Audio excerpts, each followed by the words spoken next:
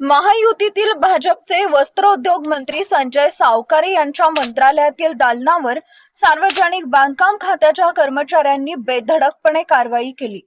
त्यांचे दालन 303 सील करण्याचे कडक पाऊल उचलल्याने मंत्रालयीन कर्मचाऱ्यांमध्ये आश्चर्य व्यक्त करण्यात येत आहे।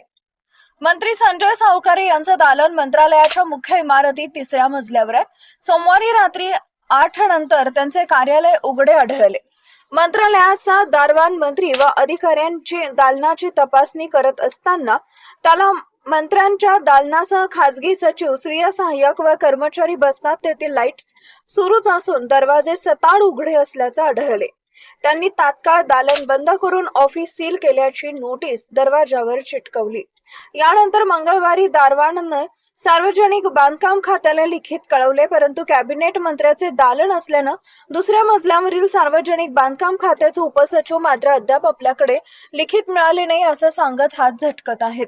तसेच कुणीही कर्मचाऱ्यांनी सावकारांच्या दालनाविषयी प्रसारमाध्यमांकडे वाच्यता करू नये असंही त्यांनी बजावल्याचं समजतंय।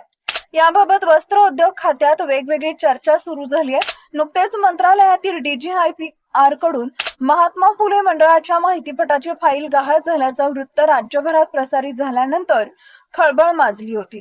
त्यानंतर विरोधकांनी महायुती सरकारच्या अब्रूची लक्तर वेशीवर टांगली होती।